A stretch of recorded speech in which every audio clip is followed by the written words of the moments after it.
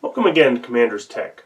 Propaganda is a powerful, although unconventional, weapon of war, probably the most powerful and important in the arsenals of the world today.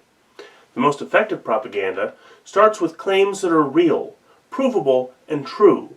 It then presents these truths with certain elements omitted, and from an angle that leads the listener to a false conclusion that helps the agenda of the propaganda creator.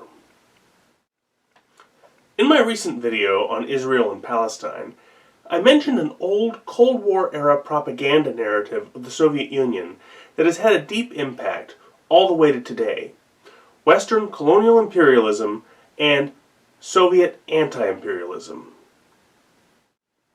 This creates a question. Do Western liberals have a blind spot with regards to anti-imperialism, colonialism, and support for indigenous peoples? Imperialism, as it is typically used, refers to the 19th century geopolitical system that evolved from the practices of the British and the French. The European powers in the 18th and 19th centuries divided up the world into spheres of influence, fighting wars amongst themselves for domination of vast swaths of Africa, Asia, and the Pacific Islands. The purpose of the colonies was to extract resources for the enrichment of the ruling nation and to the detriment of the people living there. I will omit Central and South America here and the Spanish colonials, as the Spanish Empire was basically over by this point, and the Spanish colonial system and its relations with colonized peoples was of a very different character. I'll get back to that in the next episode. Not everyone in Western civilization particularly liked the imperial system in the 19th century. In the United States, for example, imperialism was mostly seen as contrary to the very foundational principles of the Republic, while in Europe, philosophers such as Karl Marx saw imperialism as a nasty side effect of late-stage capitalism. Today, the narrative with the far left, and unfortunately much of academia, is that the colonial imperialist system remains, now dominated by the United States and the European Union, and to the detriment of the global South. But what I want to show is that this narrative is the survival of Soviet propaganda, still disseminated by Russia and China, and used to distort and conceal regressive, illiberal movements and tendencies globally. While Marx saw colonialism and imperialism as a stage of capitalism that needed to pass to eventually reach socialism, Lenin and the Bolsheviks were much more pronouncedly anti-imperialist, particularly with regard to the Russian Empire. What is now Russia was once merely the Grand Duchy of Muscovy, dominated by the Golden Horde, which was a Turco-Mongol empire in Central Asia and the Crimea, and then later dominated by Poland and Sweden, until in the 16th century, Tsar Ivan the Terrible began an aggressive campaign of colonial expansion towards the east. Ivan and his successors built a vast colonial empire stretching from the Baltic all the way to the Pacific, built on extracting wealth and resources from the conquered lands to enrich Moscow. Lenin saw this as the Tsarist Empire's original sin, and officially sought to restore greater sovereignty to the eastern regions. But once Lenin was gone, and he was gone by 1924, the Soviet Union basically transformed into a restored Russian Empire, and colonial domination from Moscow was the order of the day once again. This state of affairs created a cognitive dissonance problem for the Soviets. How to reconcile the official Soviet position of being anti-imperialist and anti-colonialist with themselves being a settler-colonist empire, dependent on resources extracted from conquered and dominated colonies. The Russians reconcile this with a bit of a mind trick. The British, French, and German empires, as well as, a little bit later, the American territorial possessions, were separated from the ruling country by oceans and seas. They were not contiguous with the home country, with the home territory. But they required sea power to be dominated.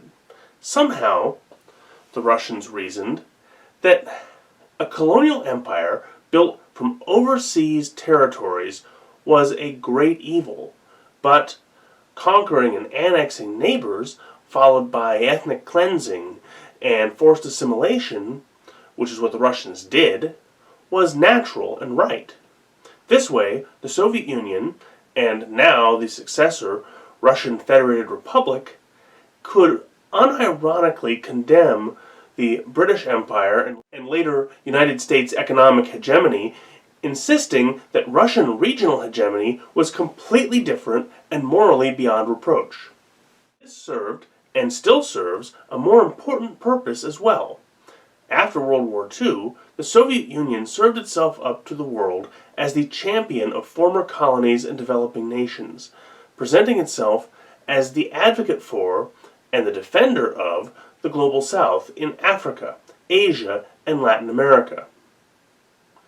This is not because the Soviets, and now the Russians, actually care about those peoples and regions, but to deny allies and markets to the United States and the European Union, undermine Western power in the United Nations, and to protect the wealth and power of Russian oligarchs around the world, with the ultimate goal of so undermining the West as to cause the dissolution of the European Union and even of the United States. Interestingly, China has long done something similar, but more related to rewriting their own history periodically to create continuity where there wasn't any. The Han are the dominant Chinese ethnicity, and Han culture is what we think of when we think of Chinese culture. The Han don't like to be dominated by non-Han, but they have been conquered and ruled by non-Han dynasties several times. The Mongol Yuan dynasty and the Manchu Ming dynasty are some of the key examples.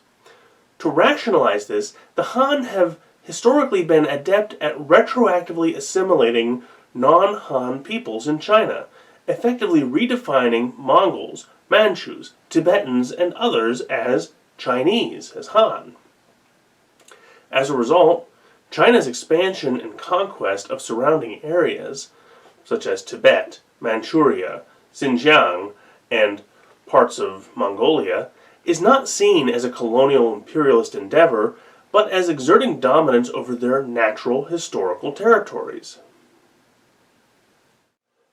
To summarize, the Soviet Union, modern Russia, and China champion anti-imperialist positions not from principle or a sense of justice or solidarity, but out of a desire to undermine and weaken Western European and American democratic and economic values.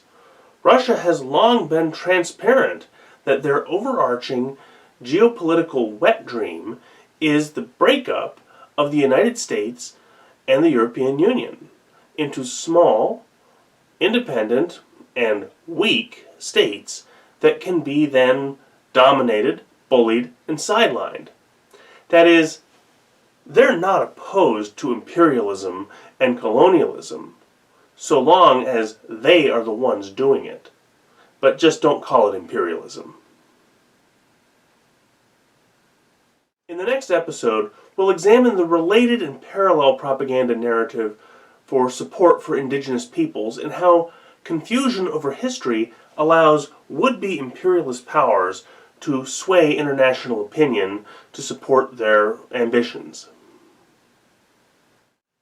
Thank you for watching, and please remember to like and subscribe.